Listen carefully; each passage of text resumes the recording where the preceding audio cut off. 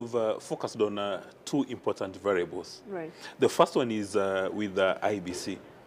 IEBC is facing this huge communication crisis. Right. And they need to identify who are the key stakeholders and continuously engage in a communication process. Because as a student of communication, failure to communicate creates a vacuum. And wherever there's a vacuum, people come up with different interpretations. And for me, I do not understand why IEBC would need to run an advert in the newspapers instead of summoning a news conference so that journalists have got the opportunity of asking questions. As I see it, and having practiced communication in Kenya for about 2 decades, the easiest way to run away from liability is to place an ad so that there is no two-way communication. I mean, shouldn't he have called for a news conference so that journalists can ask these deep questions and seek very superior understanding? Now, the fact that the Smartika was awarded the contract and it went all through the Court of Appeal does not absolve him from responsibility.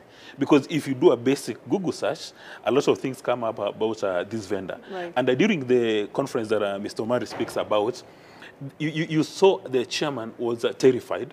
So was the CEO when these relevant questions were posed.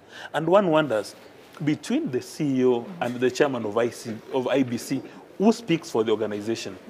Where does the buck stop? You know, this idea of having multiple spokesmen, because the chairman is a spokesman for IEBC, so he's the CEO, so are all the commissioners. So you find the commissioners are spread in all media houses, discussing IEBC and its readiness for election, but everybody is giving a different position. So you begin to wonder, what's going on at IEBC?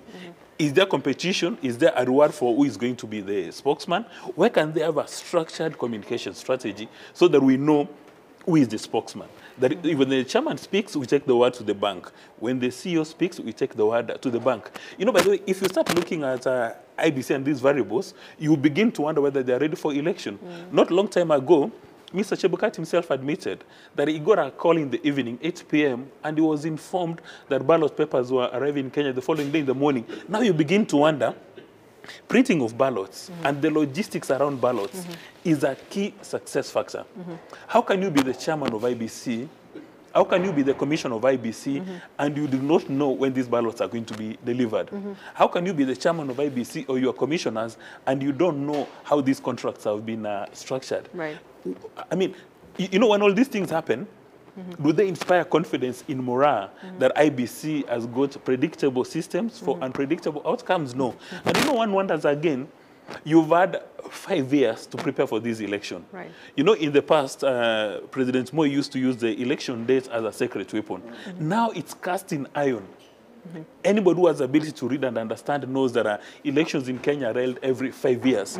So what have they been doing for the last 5 years instead of preparing for this election? You know, these are the things that keep many Kenyans awake in the middle of the night, and IEBC does not inspire confidence at all. And maybe I think, to be fair to IEBC, one of the biggest issues that they've been facing, according to IEBC, is the issue of funding, of course. And that's why we've seen in 2013, in 2017, and in 2022, the procurement of election technology and other material needed for the election was done late in the day, because they're saying it is the state that is frustrating them. Now, Zainab, we cannot afford to start creating excuses for IEBC. Is that an excuse? It's an excuse. Because when you're the chairman of IEBC, you know elections are going to be held in the next 5 years.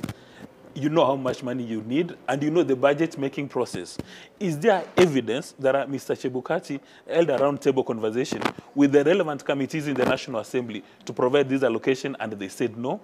Is there evidence that he actually met with the other key actors outside the National Assembly or Senate, the people in the budgetary process, and they refused to give him resources? And if they did he go to the top of Mount Kenya or Kilimanjaro and say the elections for 2022 are going to be compromised because the National Treasury, working in cahoots with the National Assembly, have refused to give me resources? Because, you know, the bottom line is, when you are appointed as the chairman of IEBC, you are supposed to offer leadership. You are supposed to swim with the sharks. You are supposed to face the turbulence. Because at the end of the day, believe you me, Moran, Afula, they do not care, I mean, the challenges you face. For them, they want to be sure that elections are free, fair, and credible. How come they've got a challenge accessing resources for campaigns, but they don't have a challenge to get resources to buy themselves tea, fuel their top-of-the-range vehicles, and pay them allowances? You know, this kind of logic from IBC that there's a delay in financing is the laziest excuse in the world from the time of Adam and Eve. You've been given a responsibility as IBC. You know the challenges you are facing. Do not come in the public tell us that I'm unable to deliver because of these challenges. Yet, one of your key success factors, your job description, is to overcome these challenges. And then if for some reason, say the National Treasury has not given you resources, why can't you resign? What are you still doing in office?